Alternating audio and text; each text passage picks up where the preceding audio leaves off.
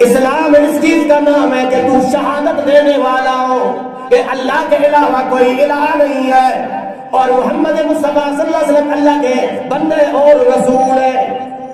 اور دوسرا وَتُقِيمَ الصَّلَاةَ وَتُؤْتِ الزَّكَاةَ وَتَصُومَ رَمَضَانَ، کو تو نماز کو قائم کرنے والا ہو، زکوٰۃ ادا کرنے والا ہو اور رمضان المبارک کے روزے رکھنے والا ہو۔ وَتَحَجَّ الْبَيْتَ إِنِ اسْتَطَاعَ إِلَيْهِ سَبِيلًا، اگر تو استطاعت رکھتا ہے تو اللہ کے راستے میں تو حج کرے۔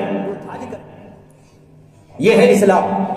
اسلام اس چیز کا نام کہ تو اقرار کرے اللہ کے علاوہ کوئی الہ نہیں ہے اور نماز کو قائم کرے اور زکوٰۃ ادا کرے۔